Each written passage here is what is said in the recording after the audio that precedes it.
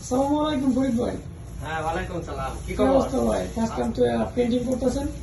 Painting করতেছি যে ভাই, কোম্পানি কইতাছে পেন্টিং একটা রুমের লাগে একটা লুক আনতে। এখন একটা লুক আনতে গেছে, লুক আনতে 100-150 টাকা লাগে কোনো লুক আইবো, কেউ তো আইতো না। এটার লাগে এখন নিজে করে আনতাছি। কোম্পানি কইতাছে যে তুই যদি করস নিজে, তাহলে ডিউটির ভিতরে তোর 100 রিয়াল দিয়ে দেবো।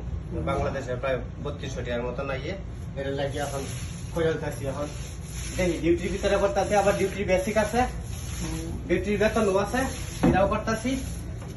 দেখি আল্লাহ কি করে, কপালে কি আছে। এই যে রং করতেছি, জীবনে তো রং করি নাই। কাজেই রং তো ভালোই করতেছেন কেন? এইটা রং, এটি আবার কোনো ইয়ে আছে নাকি, শিক্ষা টিক্ষা আছে নাকি? রং তো যে ইচ্ছে হ্যাঁ করতে হবে। গুলা মুলা যা আছে সব এভাবে কিনে এনে দিছে, আমরা বলতে হয় নাই। হ্যাঁ, সব ইনশাআল্লাহ। এটা দেখেন মোটামুটি তো ভালোই পারেন দেওয়া হইতেছে। আয় হ্যাঁ, ডলা দিলে তো এটা কি কোনো পরিশ্রমের কাম? এদিন হাজিরা সৌদি আরবের কত জন? এদিন হাজিরা হয়েছে, লেবারের হয়েছে 120 টাকা হাজিরা, আর যারা মিস্ত্রি এরা হচ্ছে 180-170 রিয়াল হাজিরা। বাংলাদেশে প্রায় 4,000-5,000 টাকা মাসে এই পেন্টিং এর মিস্ত্রিরা কামাইছে। অথচ কাম তো তেমন একটা না, শুধু খালি গুলাটা জানলেই চলো। আমরা তো গুলা জানি না।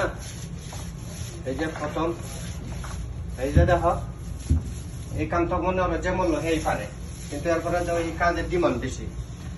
ডিমান্ডটা কেন লাগে জানো? ডিমান্ড হয়েছে কাজে